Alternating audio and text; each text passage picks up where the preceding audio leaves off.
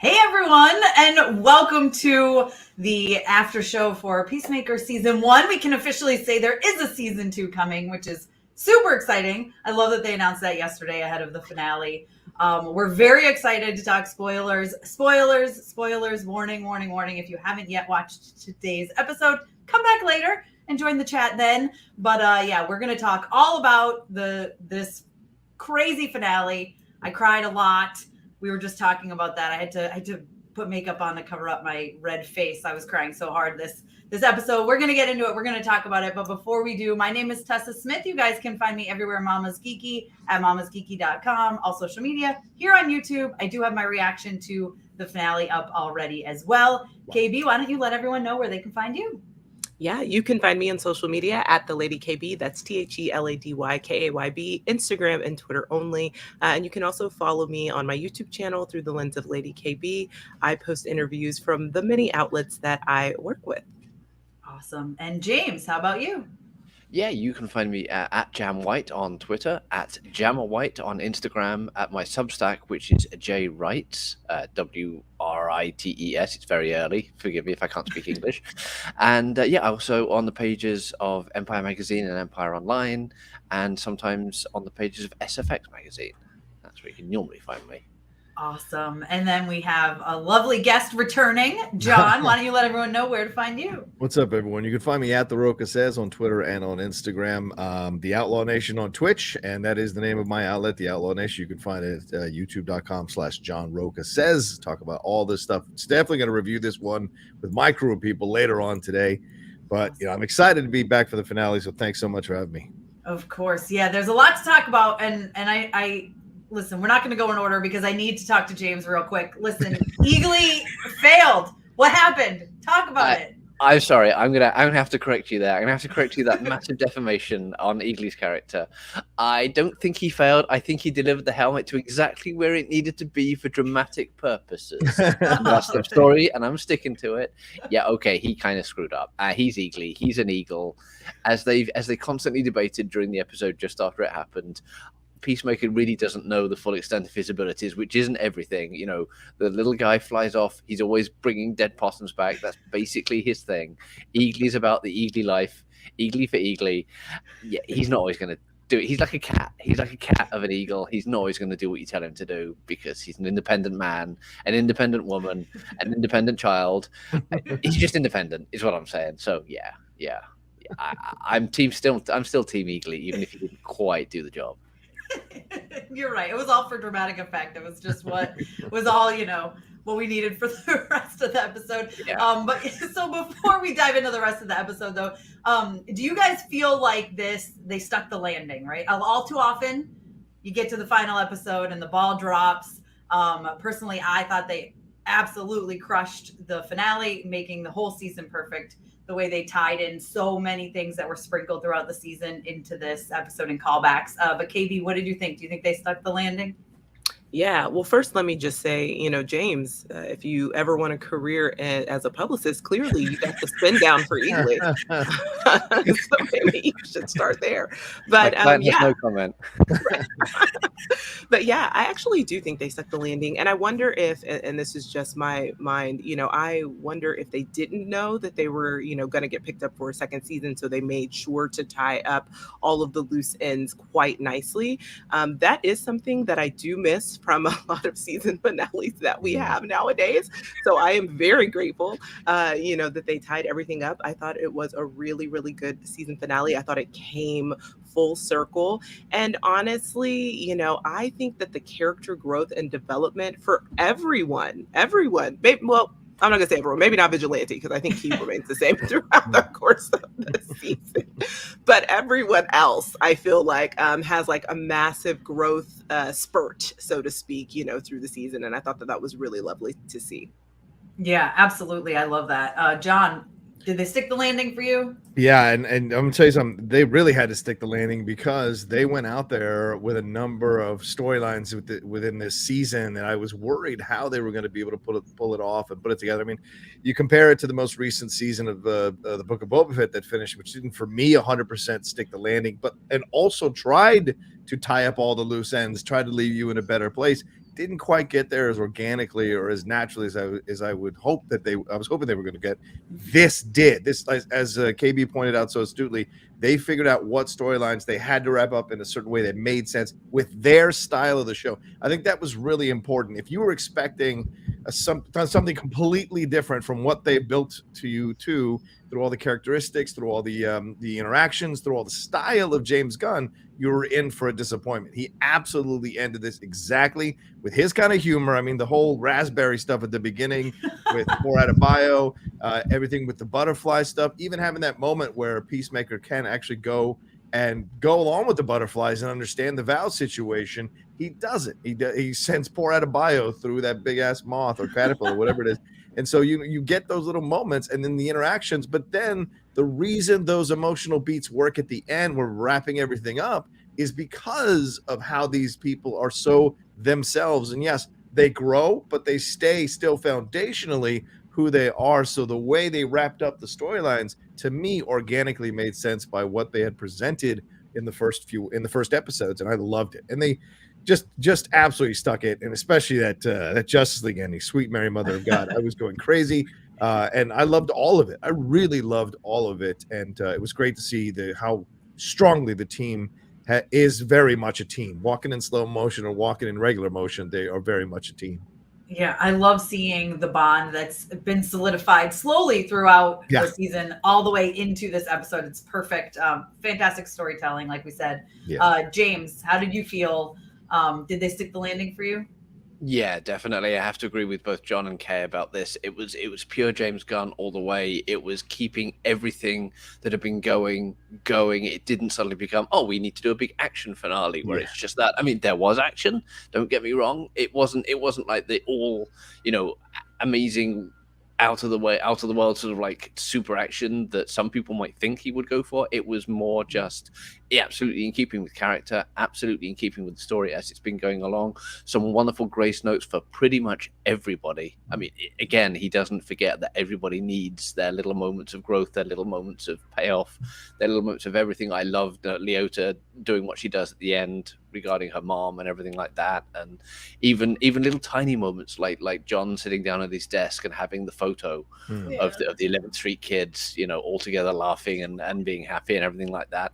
But it was all earned. It wasn't just, oh, we need to finish this now. The story is just coming to an end now. It was absolutely like, here is the conclusion of these stories based on how these characters have grown, based on how these stories have gone so far, with just a few hints about here's what we could do maybe for a season 2, but nothing in the way. Even the final credit sequence, you suddenly think to yourself, oh, is he gonna revert to what Marvel often does, which is tease what might be in a future thing or have someone show up in an encryption. Nope, it's still just a funny extension of the sarcasm conversation, which is fantastic. And I really enjoyed it. I really liked it, and I can't wait to see what they do with season 2, to be honest, which I'm thrilled to hear that we're getting. So yeah, definitely. Yeah, I feel like this plays so much like a movie. Like, it's James Gunn. Like, he knows what he's doing. He had time to play throughout the episodes, but then he still wrapped it up and was like, okay, we're good. Because you guys are right, talking about how we were just talking about a different show before we actually came live about how they just end on a massive cliffhanger and you're like,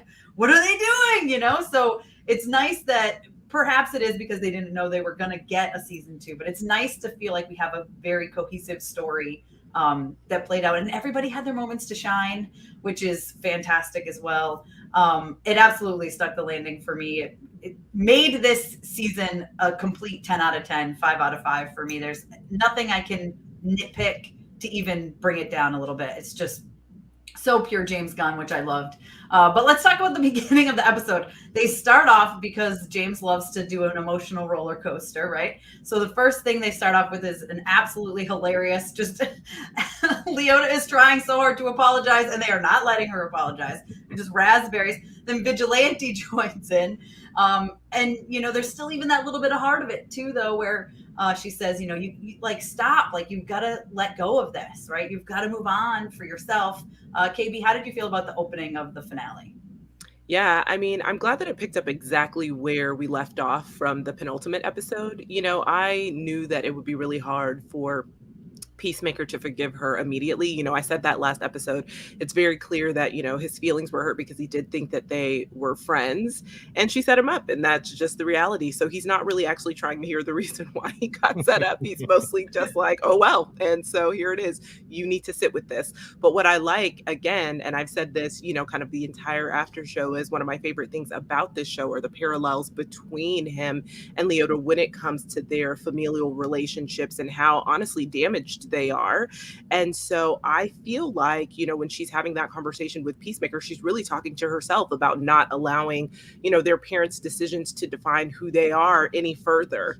And we see that, you know, obviously later on come full circle for her when she takes responsibility and does what she does. But I love the fact that, you know, she has that conversation with him because he does need to hear it. And we also know, like, he's mad, but he's listening. So he's going to get it. Yeah, he's very childish, but like he's still taking it in, right? So, John, how did you feel about that being the opening scene? Yeah, it was really great. I mean, because as you said, Kay, picking up exactly where they left off, but also each person staying who they are, right? I mean, Chris doing the raspberry thing because that's what he reverts to, because he's in a state of arrested development. So this is his way of dealing with emotional stuff, and he does feel hurt. He does feel betrayed.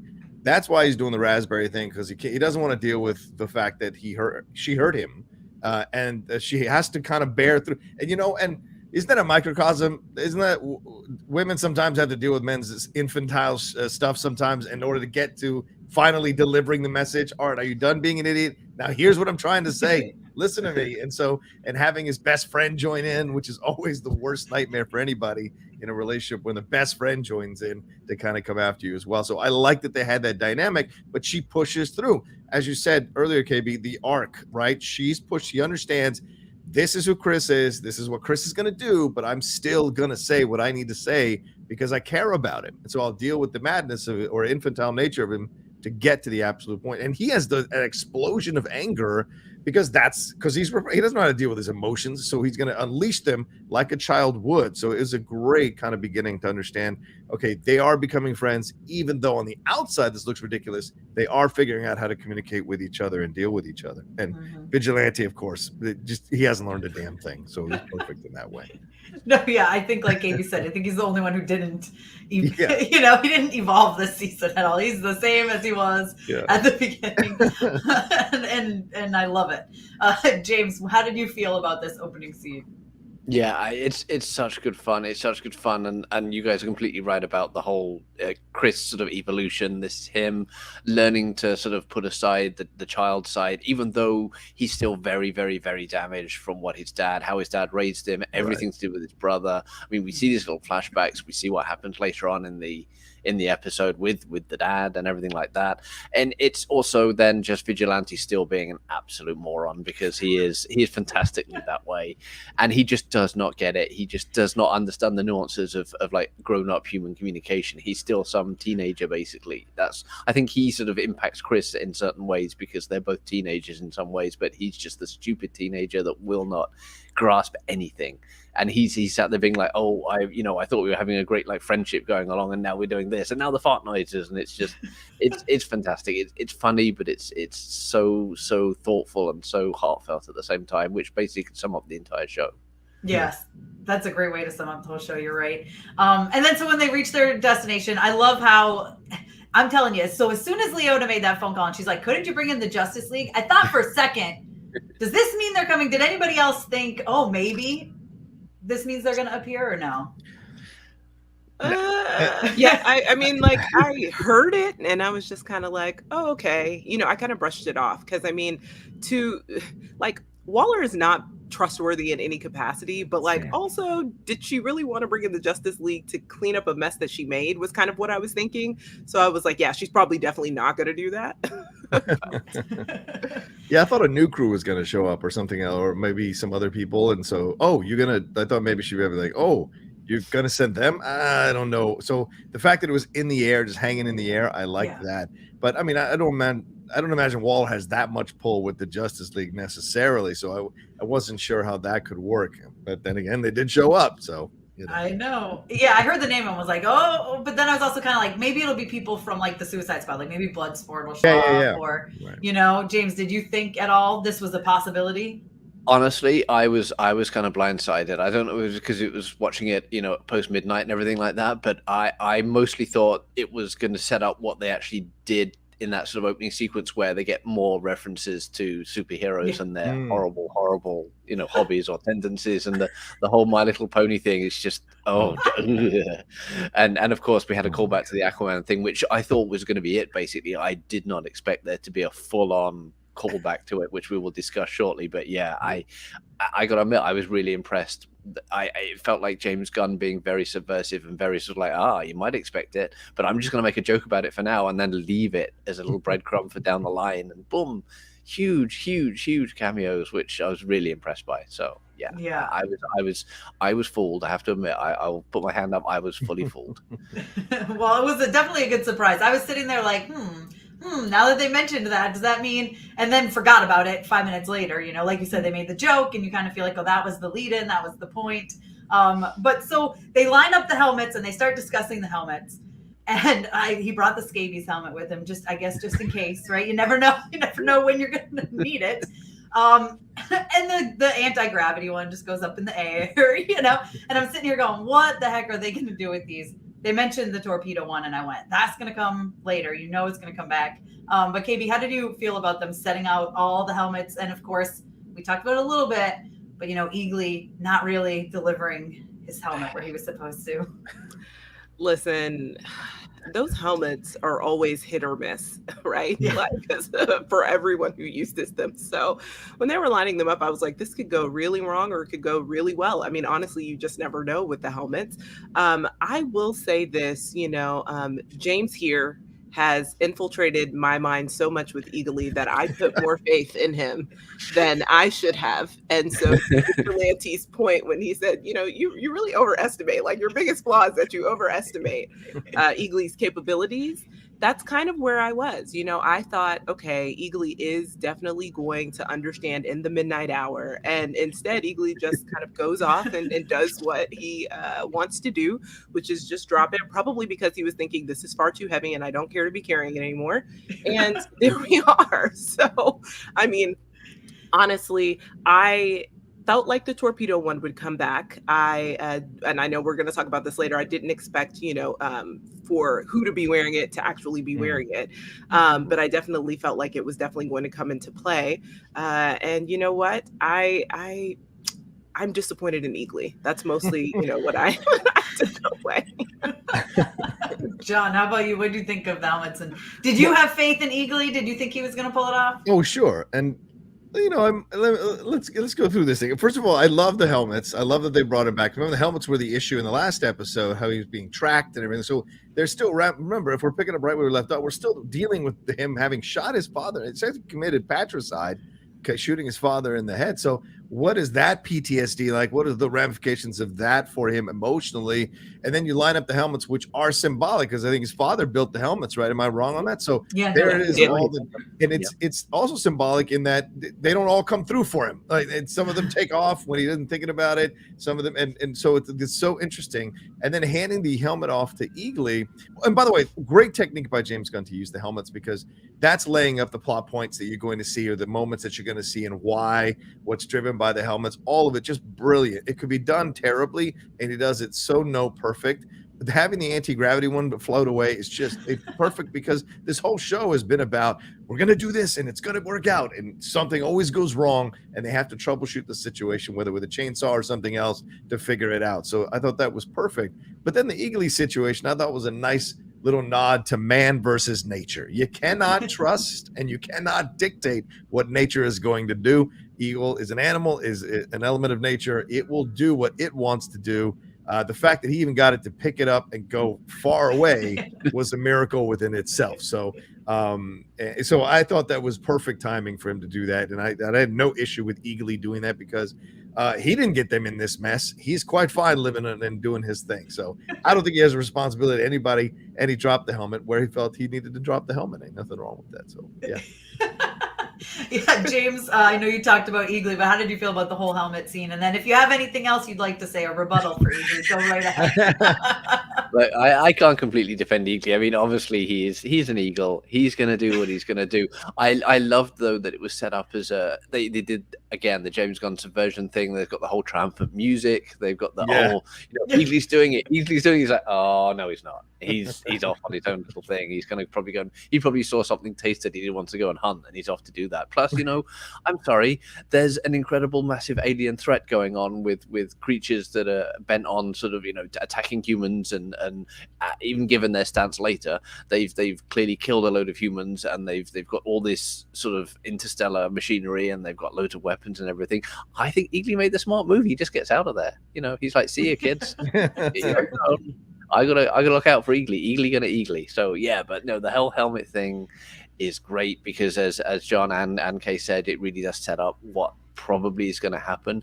I had an idea in my head. I didn't think it was going to be Leota in the end. I thought maybe Vigilante might get his due and he might get to wear it, even though it might end up badly for him, as in the way they described if you use the human torpedo, if you don't mind all your bones being shattered and everything like that. I thought Vigilante might finally get to use something to do a cool kill on somebody and everything like that, because he's been wanting to do that all season. But no, I loved what they did with it in the end. But yeah, that was in my head, thinking about what's going to happen with this, how is it going to play out. I love the fact that certain of the helmets, really worked well, and certain ones didn't know what was going to happen exactly, kept you guessing. Was really great. Yeah, it's just another fantastic like James Gunn subversive moment.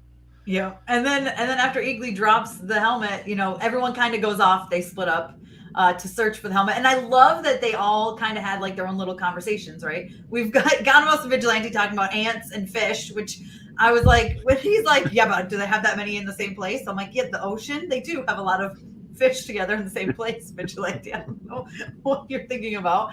But then we've got Harcourt and Leota, and I love how Harcourt was just like, wait, you didn't think that was a sign for you to run the other way? And she's like, oh, crap. Maybe it was.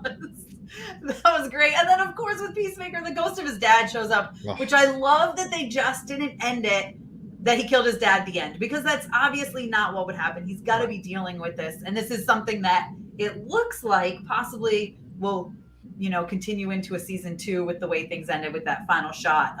But KB, how did you feel about the 3 little groups out in the woods looking for the helmets? Yeah, I feel like with Harcourt and Leota, they both are different types of leaders. And so for Harcourt to point out, like, yeah, maybe you should have taken that as a sign to run the other way, it just really kind of speaks to Leota's, often, sometimes, displaced optimism. And like, that's just the lens that she views, life through. And so, she's like, no, I thought, oh my gosh, this is a miracle. I have to be a part of this group versus, like I need to run in the other direction because this is going to go way south. And more than likely this eagle has no idea what we're talking about. So I love that conversation because it really just shows who they are and who they've grown to be, over the course of the season, and actually kind of why they're in this mission, right? Like Harcourt is very straight-laced and, like she has a job to do and this is why she's doing it. And, Leota eventually comes around to, obviously she was thrown into this line of work, but now she comes around to the idea of the mission. And that's something that I think when we first started in episode 1, we never would have seen coming for her realistically, because, she was just trying to do this, make a little money and move on, and maybe go back to her animals because that's where her heart lies. So she really wasn't even trying to do this. So that I think was a very interesting scene for me. And then of course, listen, I love all the fun between Economos and Vigilante, but I think, really the top scene, and I think John Cena did a really great job of acting against, his dead father.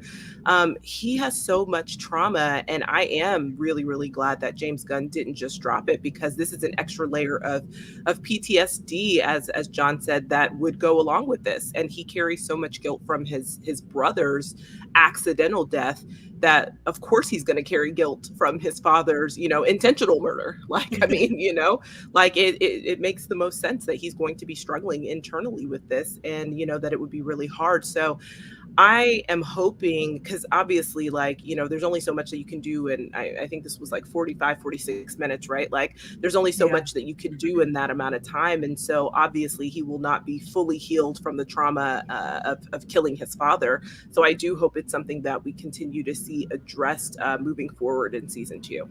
Yeah, I think it will be. And I did love how even this like imaginary ghost of his dad tried to trick him into shooting his gun, right? And he's like, you didn't try to fool, or you didn't fool me. I almost got you, and he's just all imaginary. John, how did you feel about those 3 groups out there looking for the helmet? Yeah, I mean, there's psychological construction here going on, which I really enjoy. I mean, you're getting a window into how these people think and how they're formed, right? I mean, Adebayo she came into this trying to figure out where she belongs, what she's going to do with her life, what's the next step. This is an in-between job, supposedly, but certainly Amanda Waller, who is, of course, very good at this, knows how to motivate people to do certain things and put them in the right position to succeed for her benefit.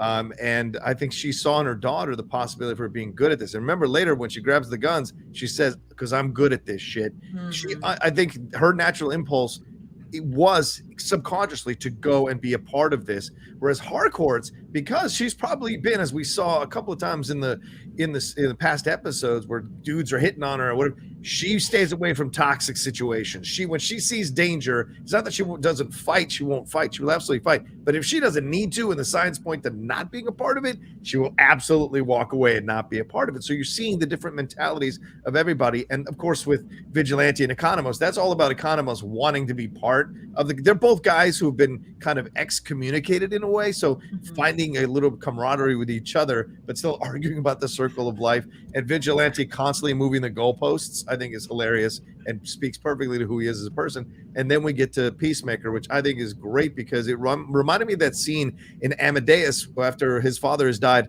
Thomas Holt starts dancing and making fun of the portrait of his father.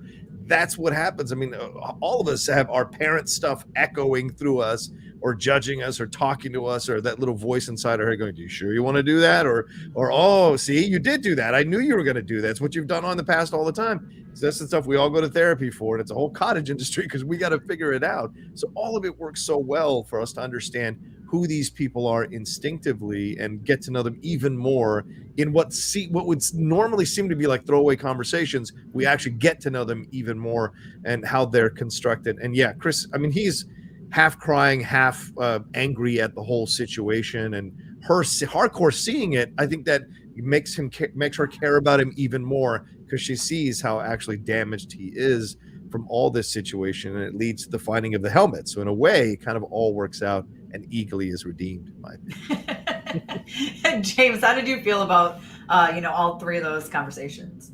Yeah, I gotta completely agree with John there at the little moment between Harcourt and Peacemaker when she basically sort of finds him and he's in, just as he's basically shot his poison dart into his dad, or his dad, the tree. But I love the fact that she didn't just go, "Oh, you crazy lunatic, what the hell are you doing?" She's like, "What's going on?" But then you get a look on her face, and it's wonderfully played by Jennifer Holland, where it's look on her face, like, okay, I kind of see what he's doing here. He's working through some stuff. I can relate. I can realize that there is even more to this dude than I originally thought. So yeah, and I love that. I love the fact that not only do we get all this great deep psychological sort of deconstruction and this sort of really authentic feeling emotion, but we still get to have Robert Patrick on screen being possibly the worst human being that has ever lived. So and he's so good at that. He's very good at he's very good at playing Augie as this absolute monster who's just horrible but has his own reasons for what he does too. But he's awful too, and he's wonderfully awful. So yeah, I really did enjoy that. And of course Vig and Economos are going to be hilarious talking about the circle of life. And yeah, again, John, it was a great point about they are these sort of marginalized characters. They've kind of found some common ground. They've kind of bonded a little bit, but they'll still have stupid, again, major type conversations about, oh, well, there's this. And, Vigilante, I don't know how Vigilante grew up or who his parents are. I mean, obviously we've talked about his parents a little bit, like his dad, he's gay. Yeah. But it's kind of fascinating to just see how this all comes through just in the most stupid, funny conversation. So yeah, I was really happy with it. Really, really loved it. And of course, Harcourt and Leota was another great heart-to-heart they've had. Possibly the best sort of emotional heart-to-heart conversations of the entire show, and it just continues through to this. I'm so glad they managed to keep that up, and James Gunn just delivered once again. Yeah, like you said, like you all said, I mean, it's so great how I think it was John who said, all too often these are just throwaway scenes, but these all had meaning. Each and every one had meaning. It wasn't just like, oh, this is them just trying to find the helmet and someone's going to find it in the end. So that just goes to James Gunn is such a good writer, and I feel like he truly cares about his characters, and that's maybe why it comes off like this. But then, of course, John, of course, it's got to be John because of all the reasons they listed. This is when I thought he was going to die. I thought KB's going to be right. He's going to die. They sent him off. They sent him off to the barn. He's got to wear diarrhea pants, which he was very concerned about.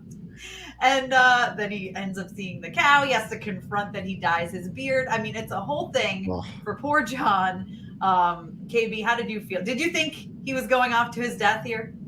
Of course I did, because listen, he's the only predicted death I had for this season, and he walked away alive, which is wild to me.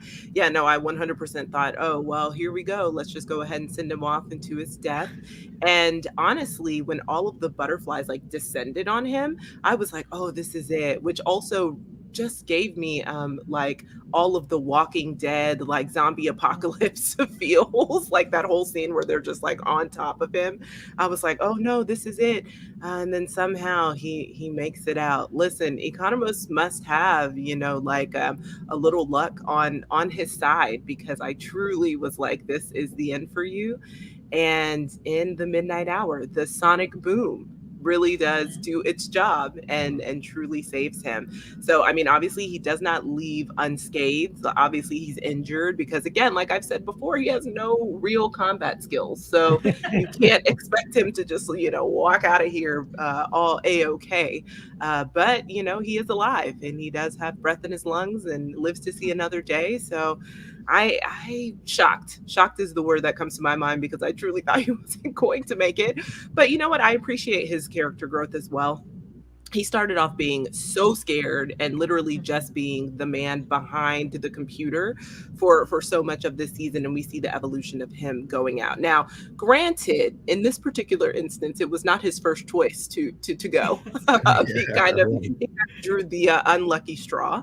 But you do see him embrace it as he goes in and just kind of, tries to own the little bit of confidence he has in this mission and making it work. So he has had a really good evolution. And I think that evolution really is addressing his fears head on and really trying to learn how to be more of a team player in a lot more ways than he ever, has been pushed before.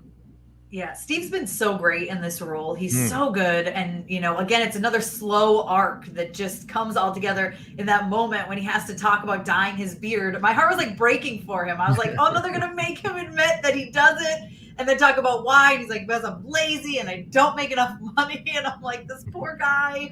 Of course, he sees the cow and runs away. I like when he's like, not another kaiju. I'm done. I'm out.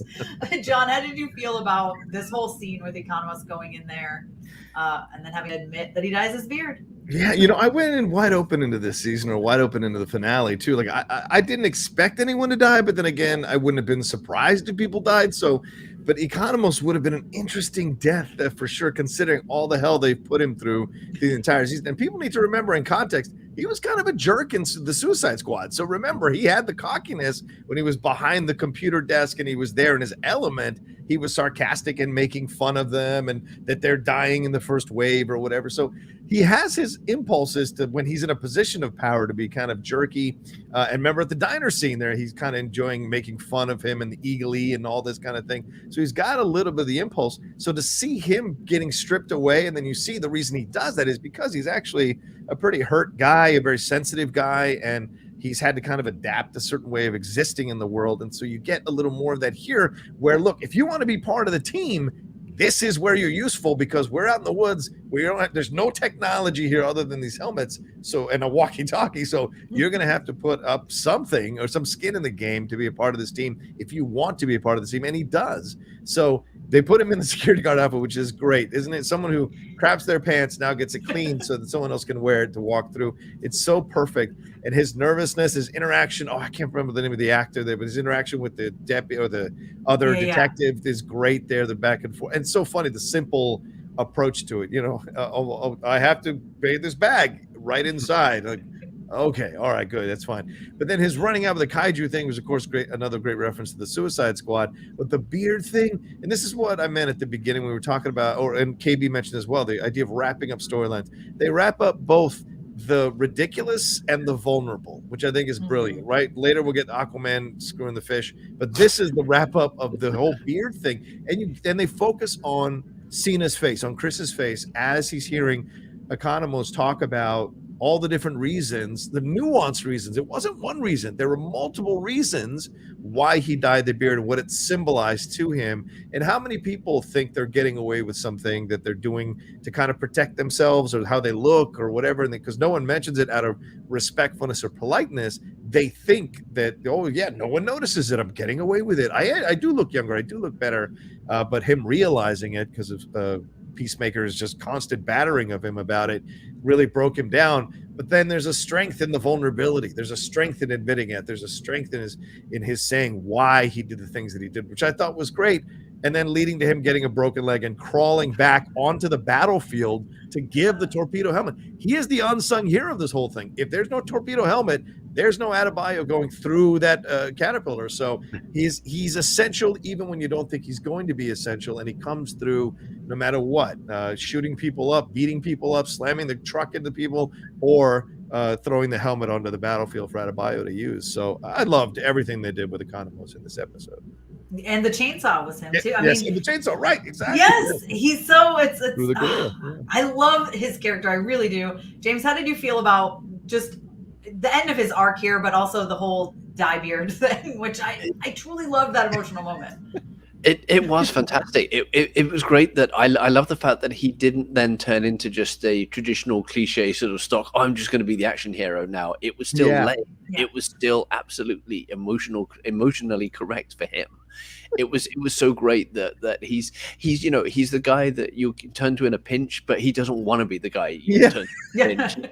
Like everything he's done, from like running judo master over with the truck, he's like, oh, for F's sake, and for this and for that, everything like that. He doesn't want to be in the middle of this stuff, but he will be there for you when you need him to be, because he's found these reserves within himself. But even at the moment where he gets down into under the barn, as both John and Kay said, he sees this thing and he's terrified of it. It freaks him out because he's seen these things before, and he's seen giant creatures, and he's done with this kind of stuff. But then he just comes out, and he's still got to go through the emotional ringer of really truly digging down into who he truly is when it comes to the beard and everything else about his life. It felt like it was a metaphor for not just why he dyes his beard, but how he lives his life and how he hasn't really achieved the aims that he's wanted to and everything like that. And as John said, you see it cut to like Chris's face, and you see how he reacts to what he's done to Economos, basically, how he's basically triggered him to sort of be this way in some ways a little bit, and just kept it going. And now he makes these revelations, and it's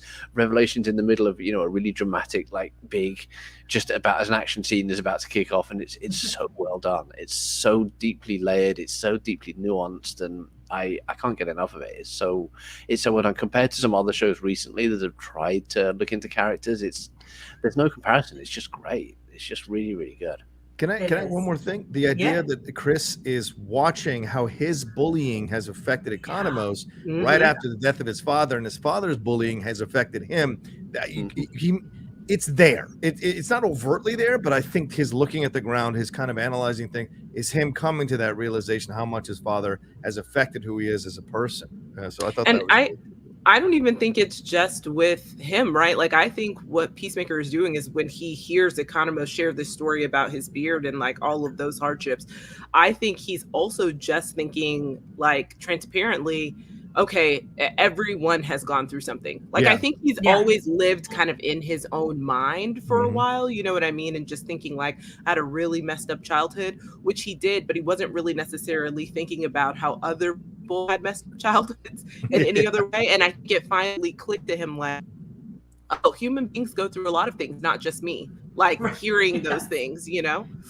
Mm-hmm. And then, like we talked about, this leads right into an action scene, which again, this is something I love about James Gunn. He doesn't let you sit too long in a moment. It's perfectly balanced. Oh, yeah. And then they run out to this huge battle and they use the freaking theme song.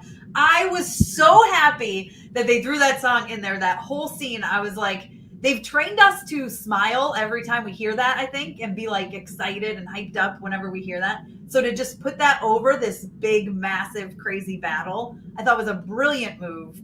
Absolutely, just I loved it because I was immediately like, "Oh, we're doing this!" And it plays the whole time. It wasn't like just the little catch, you know. It was like the whole time. And of course, then we see Vigilante get shot, and I thought, "Oh, I don't think he died." Then we get Hardcore get shot, and I'm like, I didn't think she was gonna die, but then she's got blood coming out of her mouth. I mean, it was like, well, this isn't looking good at all. KB, how did you feel about the whole fight scene there? Oh, I thought it was a great scene. Listen, I mean, we've been building up to this battle literally for the entire season. And so I thought it was great. I thought it did a lot of justice. I will say, and I mentioned this, you know, kind of before we logged on, my greatest surprise is that no one died. I mean, like truly, because I assumed someone from the team would die. I think James last week, you know, you were like, well, it's James Gunn, so we need to be able to kind of expect that, you know, maybe it could be a multitude of deaths, not just one. And so I will say, I didn't think Vigilante died. I just thought that, you know, he was injured. I did think that Harcourt died, you know, and I thought that that was really it. And especially because, you know, realistically, the amount of time that she was down versus the time that she got to the hospital, I was like, I'm pretty sure she would have died because I don't think that there is like any way that she could have sustained those injuries for that long because it was like an exceptionally long time. I mean, like they started the fight at night and when she got to the hospital, the sun had risen. So I was kind of like, I don't know that this is true, but I am glad that, you know, she is among the living. But I definitely thought we were going to have at least one major casualty. But you know what? It's interesting because you had mentioned Tessa, like, okay, well, we already killed Myrn. I don't think that the audience necessarily, though, had that emotional connection for Myrn. Like, I was thinking if we were going to have like a big death, it would really tug at our heartstrings, so to speak, you know, in the series. And we didn't get that. So I am interested to see what this means for season 2, because obviously, you know, maybe there's still more backstories, still more work to be done with this lot of characters before someone bites the dust. Because listen, next season someone will die. KB, she's gonna be so mad if someone does it. James Gunn, if you're listening, you have to kill someone, or KB's gonna be very disappointed. John, how did you feel about the big fight and the bringing that theme song back? No, that was great. I mean, they've conditioned us to be happy with that theme song, so to have it come back in this iconic scene was great. Just this emotional battle scene was fantastic, and seeing everybody in full force now as a well-oiled machine, as a team, shooting, kicking ass. Again, I refer a little bit to the Book of Boba Fett. It was great seeing Mando and Boba back to back, but there was no real magic to it when they were shooting their way out. This, for me, had real magic. This had fun. This had been built to organically and correctly for me. So this was so. And then seeing that there is a cost here to this fight, because they are facing overwhelming odds, and it's nice to believe that heroes, and remember, none of them are like necessarily augmented by any kind of being bitten by anything or being, you know, kind of coming from another planet. They're just human beings trying to survive this whole situation, and eventually the numbers would catch up to them because they don't have that much firepower. So it was believable that they had a great first attack and doing all their things and everything like that and killing a bunch of people, but then eventually the numbers caught up and you've got Vigilante killed, or almost killed. I thought maybe, okay, that makes sense. If you kill Vigilante, that makes sense. He's a connection to his old way of thinking, his old way of being. The guy didn't change, so, and it would be a resonant death for Chris to lose both his dad and his pseudo best friend in this situation. But the hardcore one, that surprised me. I was like, that's a shotgun blast. There's no way she lives, but you know, it's fantastical, so whatever. But I like the feeling of the price, that there was a price here with this whole battle sequence. So yeah, I enjoyed the way it was constructed and done. and the way they worked with each other throughout the whole sequence. And of course, Chris getting slammed all the way down. And when Hardcore said, "Go and do the job, go and finish the job," which I thought was great as well. So yeah. Can I just say, John, how dare you? Pseudo best friend. It's Well, third best friend. He admits it at the end. Don't tell me, but you're my best friend, Adebayos. Right. So. V is just the third best friend. Not pseudo. Sorry. I apologize. Third best friend. In V's terms, as he's ranking everybody's friends. I know. You're right. My fifth best friend. I was like, who are all your best friends? It's only these people that we've seen. You poor man. James, how did you feel about this whole fight scene? And did you think this was the end for Hardcore? Honestly, yes, I did. I mean, when they went the whole blood coming out the mouth thing, that's usually the sign of like, oh, this person's not long for this world. I mean, you half expect them to be like, it's so cold now, doing much like they did with Myrn, but it was great because I do kind of see like, she probably shouldn't have survived what happened, but you like the character so much that you root for them to survive, and you genuinely don't mind that they make it out alive. But when it comes to the music, I did love the use of the music. Like, it's so like, as you expect it to begin with, it's action-packed. But then as things start to go wrong, I love how they tweaked it, and it started to echo, and it started to warp, and you just realize, oh, things are going bad for these people. And it's such a lovely little stylistic choice that I thought was really, really well done. But yeah, all of that stuff was fantastic. I did wonder whether they were going to kill Vigilante, because I felt like if you could lose anyone, you could lose Vigilante. Not that I want to lose him, but theoretically you could going forward. Whereas I would hate to see the team without somebody from that team. But yeah, I'm honestly glad they all made it out alive. I did not feel cheated that they managed to make it out alive. Surprised that Harcourt did, but she's a tough person. She's been through stuff before. So yeah, and it still kept the emotional resonance of everything. You got everything together. You got the slow sort of coming together of Harcourt and Peacemaker. The fact that he just picks her up and carries her, and then there's that lovely little moment in the hospital later. All of these emotional beats carried all the way through these big action moments. It's really, really well done. I really kind of love that stuff. I can't fault James Gunn for putting this all together so well and doing it so quickly. Apparently, I mean, he said he wrote it, within like 6 or 7 weeks or something. It's just like, good grief. How does his man do these things when he's in the middle of editing one film, trying to come up with the next one? It's impressive. It's very impressive. Well, and I think they had started filming, or were just starting filming Guardians, or he was planning Guardians also at the same time. Like, I don't know how he keeps it all straight in his head, but I'm very glad that he did. And then, so speaking of emotional moments, though, I love how Leota decides to just go and help. Like, Harcourt's down. I got to do it. She finds it within herself. And then when Economos says to her, what makes you think you can do this? And she says, like John said before, I was made for this shit, which is what Harcourt told her basically in their conversation, So obviously she's realizing that connection she has with Harcourt and just how close they've actually grown in the last few episodes. I love that it was Leota to go out there and then ends up putting on the helmet. And then that's the whole thing, which we'll talk about in a second. But KB, how did you feel about her running out to save Harcourt?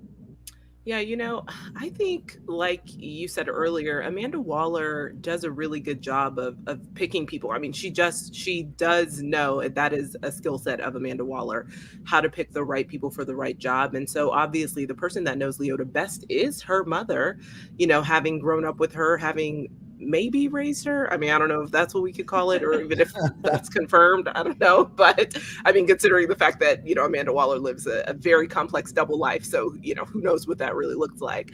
But I do think, the reason why she chose her for this job is because she has seen something in her, and maybe she's seen something in her whole life that she's like, oh, this will come back later on. I know that you'll be useful in this capacity.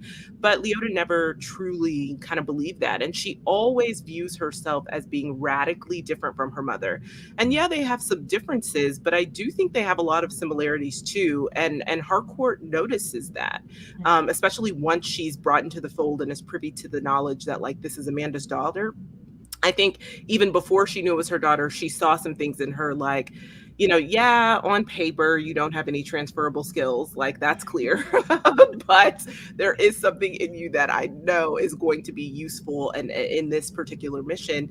And that just is kind of amplified as the series goes on. But, the only person who, again, is not believing that is really Leota. And so it's nice to see this kind of full circle moment of Harcourt being down and her support system, so to speak, kind of in this mission going down really forces her to step up in a way that, we don't necessarily know that she would have done if it weren't for Harcourt being down. So I think if Leota didn't assume that Harcourt was dead or dying, maybe she wouldn't have taken this leap. But I think it's that is kind of the catalyst or trigger for her to actually kind of be like, okay, I can do this. I can step up. I can do it. And, finally she shoots in the right direction and gets her aim correct, which is very much necessary in this butterfly situation. She finally, kind of steps into her own and really owns it. But I also think, part of owning it is her realizing that she could die. So I think she finally accepts, like, this could be a death mission for me. But I know that what I'm fighting for in her mind is the right thing to do. And so she's like, if I have to die this way, then I'm willing to do it. And so I think she lets go of a lot of fear and really steps into that. And so it's a really good scene, again, I don't think that I was necessarily still thinking that she would be the human torpedo at this moment. However, I like the direction that they went in, kind of with that and utilizing her in that capacity, because as much as, and, I'll say it again, as much as this is, I want to say coming of age, but in a lot of ways it kind of is, because Peacemaker still has the mind of a child in some ways. Yeah. So in a lot of ways, it's kind of a coming of age story for him. It also is a coming to story for Leota as well. Like, there are a lot of parallels in both of their journeys.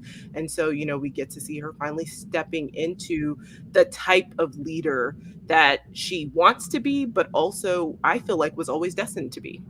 Yeah, the groundwork was definitely laid throughout the season, which again is just what James Gunn is so good at doing. But John, how did you feel about her just running out onto the field there? I couldn't have cheered for a person more watching the show. Like, as soon as she finally, and because all of us, I think, have been at crossroads in our lives where we're like, what am I going to do? Where do I, and suddenly the path becomes clear because you've thought about it or something kind of opened the door. And then you walk more firmly or more proudly towards that thing in that direction. And so that's what you saw here. And I might push back a little bit on KB and say there are deaths. These are the deaths of their old selves. You're seeing the deaths of their old selves by them all coming together. Chris never worked with a team. He hates, that bashes the Justice League. It's from jealousy because he wants to be part of the team himself, but he likes going solo. He wants to be the alpha dog in a situation. And so here he is learning to work with the team. Harcourt as well, trusting people around her. She's not a person who trusts easily. And Vigilante, we'll say less about that. But certainly with Economos, as I said earlier, taking more of an active part in these situations piece by piece. So letting go of that, that looking at the pictures, James pointed out, that's him feeling again like that old self of him not being accepted, not being liked for who he is kind of dying or dead. And then boom, here with Adebayo, her finally saying, this is what I'm going to do. That old me of being not sure what I'm going to do, not sure where I belong. No, this is where I belong. Shedding that dies now. And I'm firmly walking towards this and taking an active part in trying to save the world and save my friends and kicking ass doing it. And so I was loving the fact that she walked into that situation so confidently, and Economos breaking his leg, which is so perfect as he's trying to stop her, is just so perfect and also metaphorical. And so the fact that she got to do all this stuff, and look, let's be real, how many times do we see people of size get a chance to be badass action heroes? We rarely see it, right? We rarely see it. As someone who's struggled with his weight his whole life, seeing someone who doesn't look like the skinniest, but in the gym all the time, getting them to have action sequences and seen as a hero, I thought was so great of James to do that. So brilliant of James to do that. And so I really enjoyed seeing her step forward, and she's been a revelation and a wonder through the whole series. So to have her have a hero moment where she is kicking ass and then of course becoming a human torpedo, I thought was brilliant. It's such a great way to respect what she did with this character of Adebayos. So yeah, it was fun. Yeah, to go from shooting already dead bodies to like actually being, helpful in a fight. Yeah. It was fantastic art for her. James, how did you feel about her just rushing out there? It's a wonderful arc for her. It's a wonderful moment for her. It's a wonderful culmination of everything she's been on this journey to, from, like you said, with the shooting dead bodies, not being able to shoot a gun practically in the first couple of episodes, being absolutely terrified of that kind of side of the world and that kind of the side of the world she's in right now. It's now to be this sort of super action hero, and then it's lovely because you go from super action hero to she's basically down for the count because she used the human torpedo thing. I think she pretty much figured she was going to sacrifice herself to do this because of the way we're set up to expect what happens when you use the human torpedo idea. And the fact that it goes completely wrong the first time, and then it's not even really her doing it the second time. like a human suicide bomber in some ways, and just sort of doing it. But it's still lovely too, because she comes out of that and it's not just wacky ha ha ha, she got used as a cannonball against the giant cow caterpillar thing. She comes out of it and she's like, okay, this happened, I hate that I'm in the middle of all these caterpillar guts and everything like that. But then you see her, she's still strong, she's still standing, she'll still go off and do what she does at the end, basically revealing to the world, the whole story and everything like that. So I love the fact that he didn't just turn her into this sort of blubbery mess that she was just like, oh no, I can't do this anymore, I want to run away and go back to my wife. She's like, yes, I will reunite with my wife, but I will also be this kick-ass person from now on. She's just changed. She's changed now forever. There's no going back to the way she was, but she's still caring and thoughtful and still a person. She hasn't just completely changed into someone else. She's just evolved, and like everyone else, I really loved it. I was really happy to see it happen, and I really felt like, it works with James Gunn's script, but it also works with Danielle Brooks' performance. We're watching her on Orange is the New Black. She's really, really good, and she's been great in other stuff that she's done, but this is it's a tour de force practically. It's fantastic performance going all the way through all these levels, and they've all been great. all the acting is great, but she's had this fantastic complete arc that's just really wonderful, and I can't wait to see where they go from here. I'm so glad that James Gunn kept her alive so that we can still see more of her doing cool stuff in the future. Yeah, I was afraid when she hit the wall, when she first did it. I was like, oh my God, is she going to die? And then she didn't. And of course, you've got Peacemaker and Sophie fighting, which I was like, I thought they kind of had a bonding moment. Why are they fighting? I was kind of hoping that maybe, Sophie would want to talk to him. And then she does. And she's like, I don't want to kill you. Like, come here. Come talk to me. Like, let me rein you in here, like we did with Judo Master. I explained it to him. He's cool. And then totally goes on this rant, which I have to tell you, I absolutely loved. I felt so perfect for James Gunn to stick this in there that, you humans are horrible. You're destroying the world, and you listen to these government telling you that that's not true. And what did they say about the mask? It was basically about mask treating minor inconveniences as assaults. That's clearly talking about what's going on in the world right now. I love that James Gunn threw that in there. I thought it was perfect. And then, it leaves Chris with this moment to decide what's he going to do. And he, sacrifices Leota, makes her fly into the cow in order to not side with them. But hearing that it was a vow, having that flashbacks to him taking the vow, I thought it was so good. Such great story writing. But KB, how did you feel about this whole, basically the butterflies, their actual reason behind all of this? It's interesting because this whole time we've really been building up to the butterflies being the bad guys. And then to have this kind of story reveal that their intentions weren't necessarily the worst, and Myrn just kind of disagreed with them, and that's causing a lot of tension. That was interesting. I will say I did not see that twist coming. I thought we were still kind of going to be in line that the butterflies were actually the big bad of the season, I guess is the big way to put it. And in some ways they are, but, obviously, again, their intentions were, a little bit different. I liked the scene overall. I thought the writing was great. Listen, I think, kind of sprinkling in some hints to what is currently happening in the world is always something that I enjoy watching when art imitates life intentionally. And so I loved it. Listen, I think the big surprise for me was that, which just goes to show, again, tying up the everything neatly, tying up the emotional beats. I think the Peacemaker in season 1 absolutely would have let that cow live. Like, Yeah. I mean, 100%. I mean, episode 1, excuse me. The Peacemaker that we see now in the finale is so evolved in thinking about everyone else and understanding that while the Butterfly's intentions, they have some good intentions in there, that it still is not enough because they don't care about everyone. They only care about a select group, and him being able to pull that out of the conversation with Goff in a matter of seconds, really, because he has to make this decision fairly quickly. Yeah. Just really shows his evolution over the course of the season. And I thought, I thought it was great. I am curious to see how this sets up the evolution of Peacemaker is set up for season 2. Like, I think now he is going, the way he does life, the way he chooses missions, I think everything will fundamentally shift and change in season 2. And that's really based on him not only making this split-second decision to kill the cow, but also because now the way he views the world is dramatically different. And I think that this team has really opened his eyes up to a lot of things, and he, can't go back. His eyes can never be closed again to these things. And so I'm glad that he had that conversation with Goff. I also am glad that Goff was like, I saw the kindness in you. I think that he needed to hear that, because I also think that, so often his father used his kindness as a weapon against him and to basically tell him that he was weak. And he needed that validation, even if it was from a butterfly. He still needed to know that, like, kindness is not a weakness, and who he is not, a weakness, because he needs that moving forward as well. So.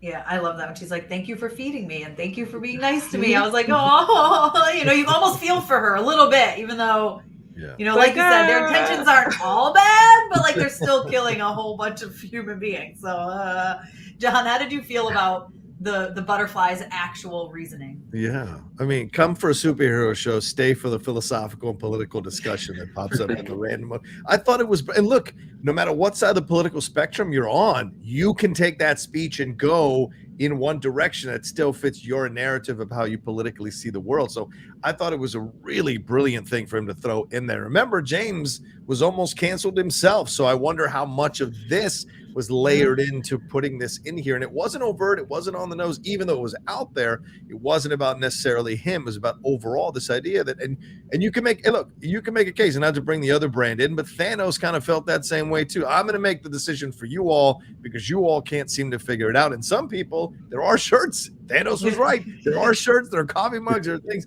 So there is a section of people who do feel like, hey, human beings are pissing away this stuff, and they're not listening to what they need to be listening to. They're listening to demagogues, talking heads, trying to manipulate them and twist them to believe certain things instead of understanding there's a greater good that they need to be doing. But it's our decisions and it's our species, and taking away the will of human beings or any species really is something nobody wants to go through. And I think the arc started back when he killed Rick Flag. This is the end of that arc, because that's when he first started to question the things that the positions he's being put in to do the things that he's doing, right? And then of course his confrontation with Idris Elba there at the end of the Suicide Squad, him surviving, but then him also like kind of navigating this, pushing back on Myrn. I'm not going to kill wife and kids just because you tell me to. So this has been building throughout, so that when he makes this decision and doesn't kill her, he doesn't kill Goff on purpose.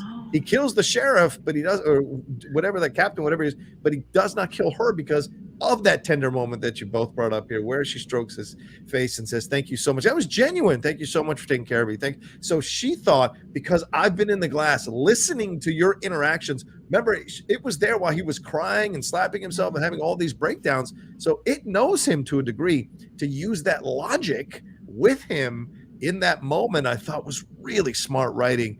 But in the end, Chris has evolved just like a caterpillar to a butterfly. He's evolved, and I think that's the moment where he sends Adebayos. And don't think he didn't send Adebayos a little bit of revenge for planting the diary. I thought that was him kind of going, you suffer a little bit now for this. So I thought it was just so well done.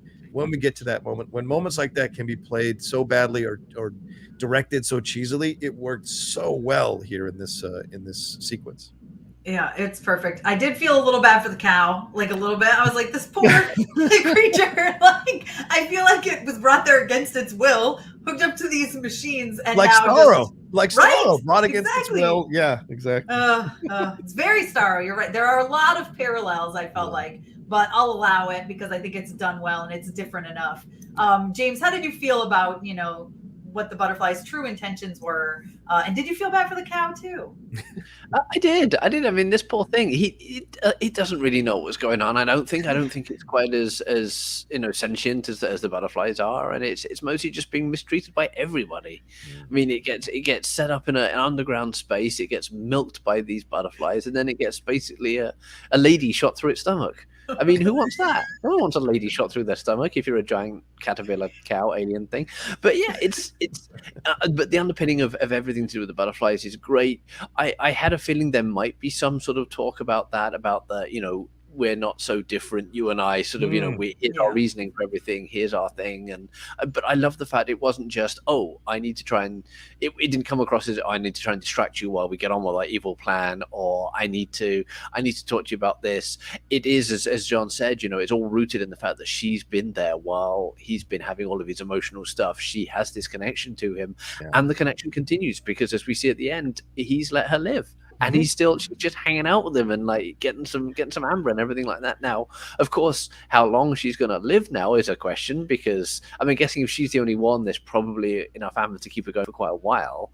But it does make you wonder, because the cow's dead. There's no more production of the amber. I just hope there's enough to keep her going. But I'm wondering what that means for season 2. Whether that will just be a grace note for the end of this season, like they've wrapped up the season, we've done it. The butterfly will just be hanging around occasionally. Maybe it'll be useful in something. Will it mean like more of the butterflies are going to come like later and realize what happened and target the team that ended up stopping them? I don't know. I'm kind of hoping it's just a little grace note for the end of it. Just, we managed to find some common ground. We managed to find some understanding. I think other people are going to be mad when they find out that he left the butterfly alive, but we'll see. They were mad the first time when they discovered that he left the butterfly alive, because look what happened. But I really loved that moment. I really thought, and I thought Annie Chang played it wonderfully. I thought John Cena played it wonderfully. It was just great all around. It's just so well done. I think it says a lot that the butterfly comes back as a butterfly, like hadn't, taken over another body, right? So maybe the butterfly has realized, like, all right, it's just me, so maybe I'll just hang out as a butterfly.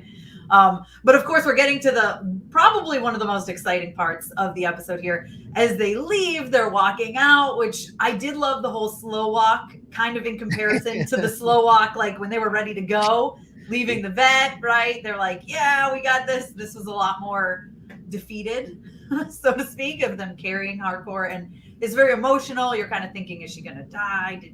What's happening? And then the Justice League shows up late, which Peacemaker loves to point out. And you have that moment, like we said, so they show the shadows, and I wasn't sure if there was actually going to be the actors there, right? Or are they just going to have the shadows and make it fun, little nod? But no, of course, we see that, at least Aquaman and Flash are there. I think the other two were just kind of stand-ins, right? But they go back to the fish comment. That made me so happy. It's one of the first scenes of the season, which I loved, because I have a little bit of a hate for Aquaman. I don't know why, but I do. So I do. I don't like Namor either. I think they're silly. Exactly what John Cena says about them. Exactly what Peacemaker says about them. Why are they so close to fish? I don't know. I don't like it. We got to explore this on a separate show. We got to explore your hatred. It's the whole thing. I have a problem. So I loved the callback to that. I thought it was hilarious. I love, the shut up Barry, or fuck you Barry, whatever he says, right? When he's like, it's true, or it's not a rumor. I thought that was so great. KB, how did you feel when the Justice League actually showed up? Yeah, I was surprised. Thought it was a good scene, and just curious to see, what other cameos make an appearance in season 2. Yeah, John, I know you said you were excited. Oh my God, are you kidding? I lost my mind. Because initially I thought it was another Suicide Squad team. I'm like, oh no, what's this all about? What's this new? Because I saw a lightning bolt and I didn't immediately make the connection. Yeah. And then when I saw them, and almost mirroring how they come in the new logo, kind of out of the dark and everything like that, the new DC logo that's been around for about a year, I think now, I was like, oh, this is interesting.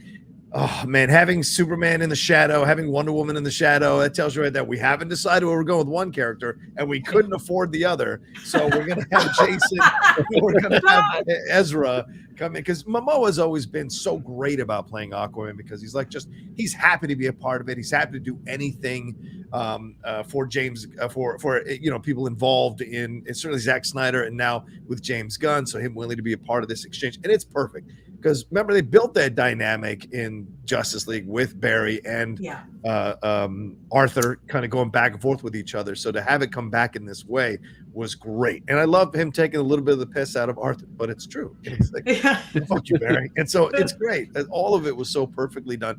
And it kind of validates a little bit, at least subconsciously or consciously, that all his stories about everybody else might be true.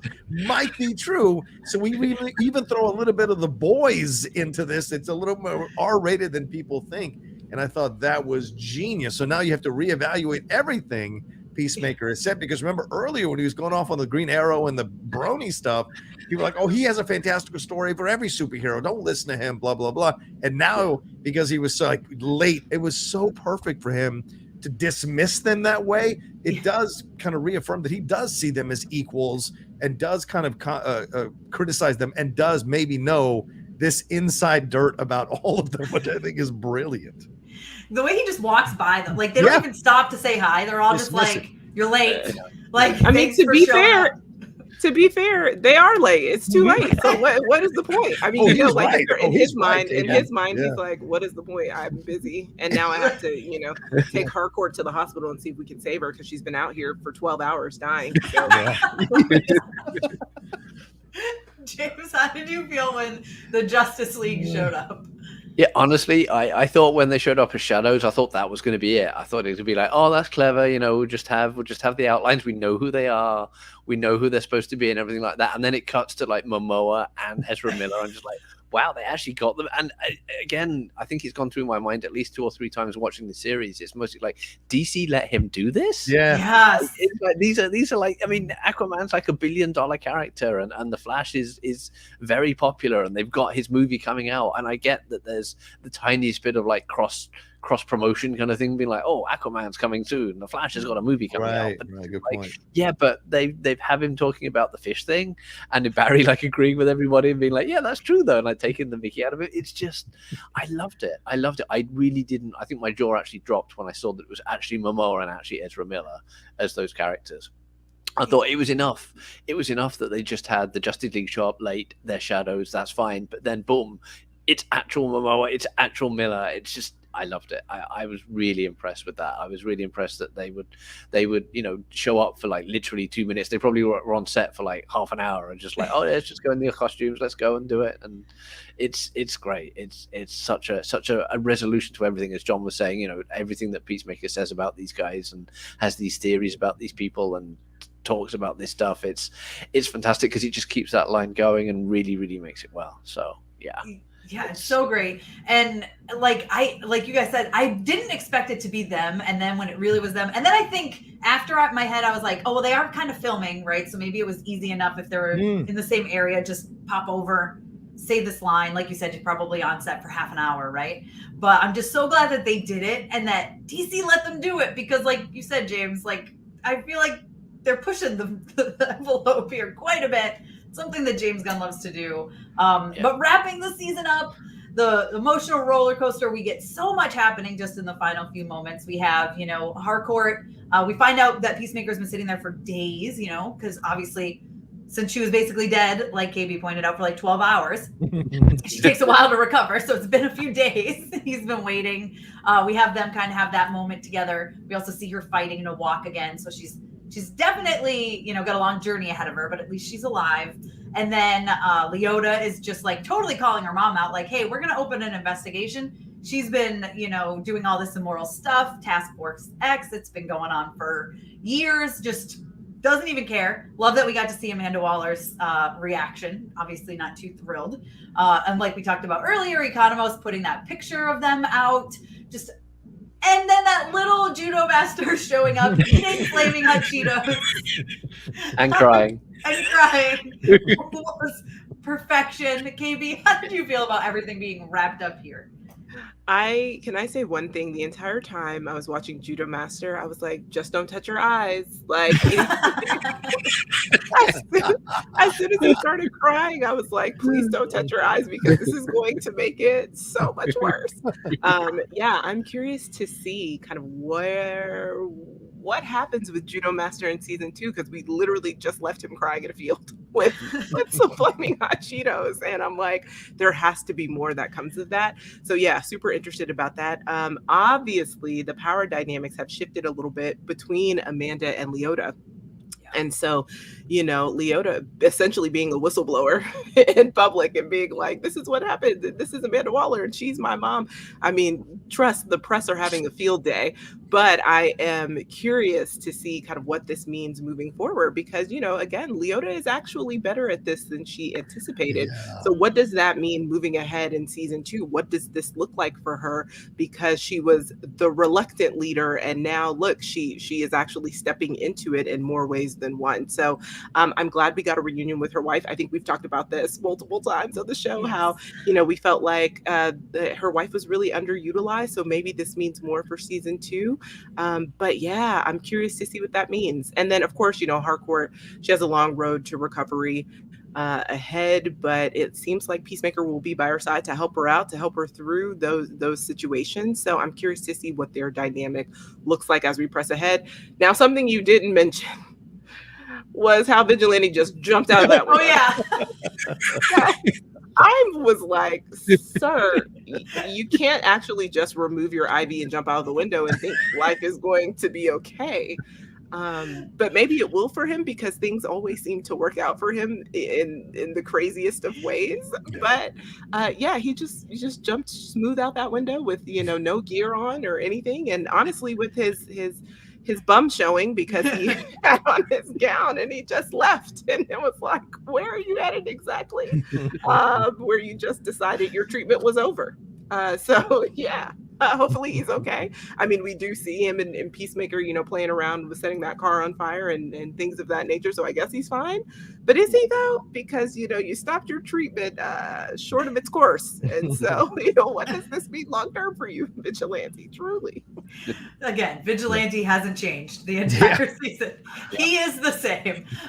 John, how did you feel about the way they wrapped this up? I mean, we even had, I didn't mention about Peacemaker, tells Leota that she's his BFF next to Eagley, of course, next to Eagley, as James would be very happy to hear, I'm sure. But so how did you feel about how they wrapped this all up? And then do you have, any thoughts for season 2?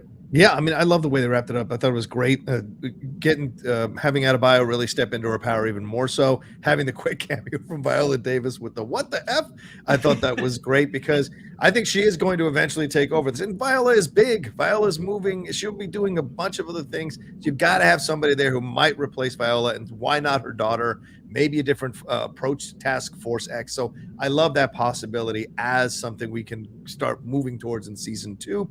Love the fact that he still isn't done with his dad as we see him sit down next to him on the step with Peacemaker. And it's great with Harcourt. Clearly, that's either a very deep friendship or a possible romantic relationship.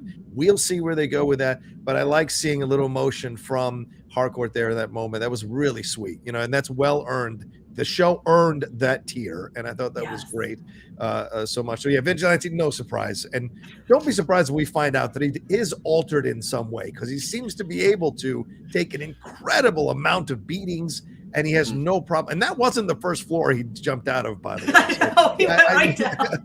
I need to understand. There may be some kind of alteration he's not telling anybody about for whatever reasons, how he got it or whatever. Maybe we'll find out in the second season.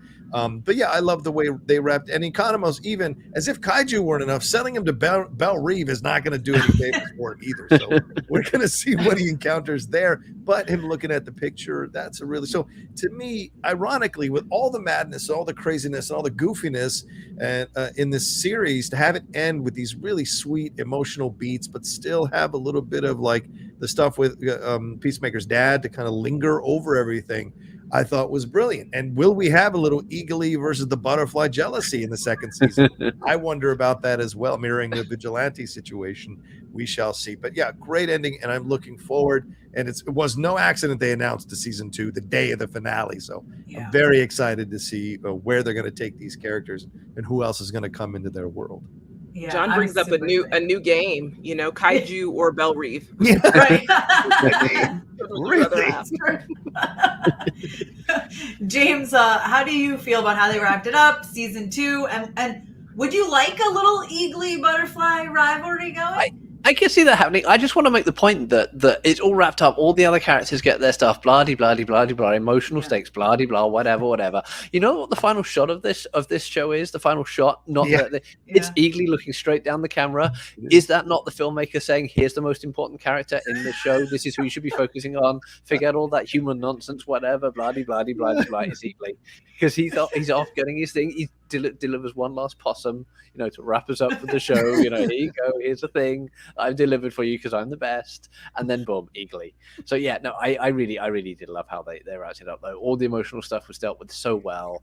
It opens up so many avenues for season 2. I was kind of interested to see how they went about announcing it because I know people are asking, like Casey Boys or whatever his name is from HBO Max at the TCA saying like, oh, are we going to do season 2? It's because we really like it, but it's kind of James's thing. And then boom, Gunn's on Twitter being like, yeah, we got an official season 2. Here we go. And then there's all these statements. Oh, we love him. It's great. It's going to be great. And yeah, I cannot wait to see where it goes in season 2. I wouldn't mind an Eagley butterfly team up. They get over their division. They give Peace a chance. They give Peacemaker a chance. And yeah, honestly, I would be happy with whatever James Gunn wants to do next season. I've heard that in the statement they say he's writing and directing every episode. Wow. So dear God, that man is busy. I mean, he's still filming Guardians. He's got the Guardians Christmas special. He's got the other Suicide Squad spin-off show he's planning. That when he has time to sleep. The I'm Groot show. When he has time to sleep or talk to the cat or talk to Jen, I don't know. But the man. That's why he has to have her in the show, I think, so that they can actually. That's the only way they can see each other. Yeah, they're like, hi, yeah. Oh, we live together. Yeah, that's right. Yeah. Yeah, no, but absolutely love it. Loved how it finished. Cannot wait for season 2. Hope he can make it as soon as humanly possible. Yeah, I'm definitely looking forward to it. Again, he's proven so many times how good he's been at like ensemble movies and stuff, but tackling a TV show, he did so good just letting so many moments breathe, so many different emotional beats, and fantastic character arcs for literally every character except maybe Vigilante, who's just fun and there. But everyone got a character arc. But we'll join you for season 2 after show, guys. So stay tuned for that, right? Fingers crossed. Hopefully it's like soonish. I figure it's probably at least a year. But just hang around, hit the subscribe button, and we'll be here eventually. So KB, why don't you let everyone know where they can find you? Yeah, so you can find me at the Lady KB. That's TheLadyKayb. Instagram, Twitter only. Follow me on Through the Lens of Lady KB. I post a lot of interviews there. Had some fun stuff this week. So yeah, check it out. And John, why don't you let everyone know where they can find you? Yeah, at the Roca Says on Twitter and on Instagram and TikTok as well. And the Outlaw Nation on Twitch and my YouTube channel, youtube.com/John Roca Says. Just type in the Outlaw Nation, John Roca, and it'll show up for you. All kinds of stuff we do there, covering film, TV, entertainment, sports, pro wrestling. It's all there, having fun with a great bunch of diverse co-hosts. Awesome. And James, how about you? And I'm at Jam White on Twitter, at Jammer White on Instagram, J Wright on Substack, where I write a weekly review blog and any other pop culture columns that come into my head. I'm on the Empire Online website. I'm in the pages of SFX magazine, and shortly to be on TikTok, replacing the chorus of "Nobody Does It Better" with "Eagley, You're the Best," just sung again and again and again and again until everybody's sick of it and they turn the internet off entirely. I can't wait. I'm so excited, James. I'm Tessa Smith. You guys can find me everywhere at Mama's Geeky, mamasgeeky.com, Mama's Geeky here on YouTube. Like I said, I already have my reaction up to the finale, so be sure you check that out. And hopefully we'll see you guys for season 2. And, that's it.